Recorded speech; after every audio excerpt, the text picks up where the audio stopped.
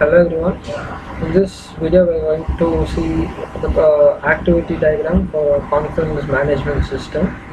But before going on to the activity diagram, let's see what are the elements present in an activity diagram. So the main elements in an activity diagram are activity or the activity state, the transition, and the synchronization bar.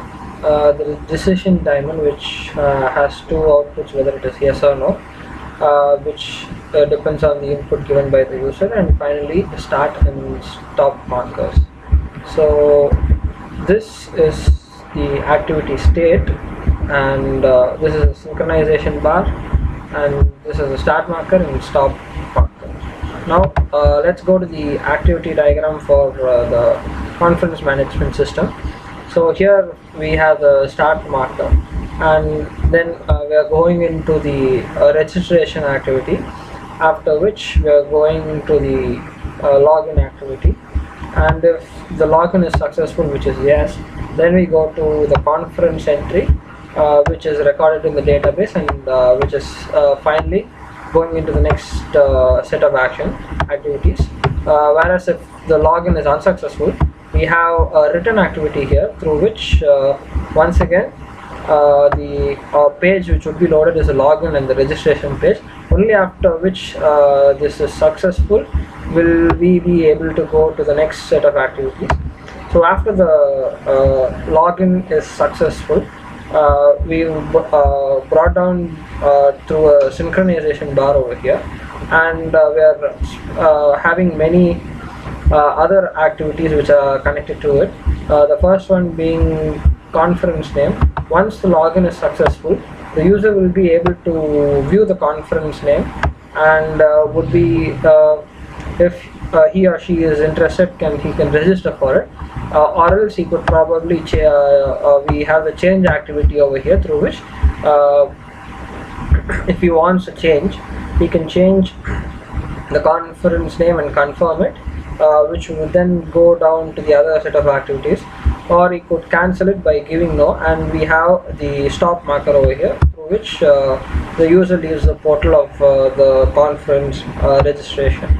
Now the second one would be the hall number and the hall strength, both of which are attributes of a single component, which is the conference hall.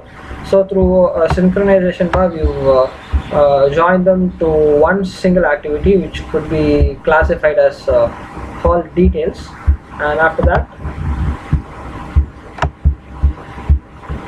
over here we have the schedule of the conference, and we have the activities such as time changed, and if yes, we can after changing the time, we can once again go to the next set of activities, or we have no, through which we can set, and once the venue is confirmed, we can once again go to the other set of activities.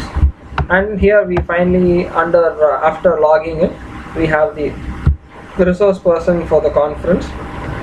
Each conference is taking place in a venue where the resource person will be present. So after the resource person which we've selected, we see which venue he will be presented, and once again after that, through a synchronization bar, we are going down to the conference detail activity. So all the activities which we did, such as the selecting the conference name, the schedule of the conference, and the details where the hall is present for the conference and the resource person, we are now going to the activity which is activity state, which is conference details. After which, if we are willing, there is a activity for altering the details. If yes, we are returned to the conference entries activity, which is over here. And once again, we can probably do the whole thing over again, selecting a different conference, different hall number respectively, different resource person, and a different schedule. But if the conference details are confirmed and we give the alteration of details as no, the details are displayed over here, as you can see. Once again, through the synchronization bar, we have brought down to a single state, which would be the stop marker. After displaying the details of the conference which you registered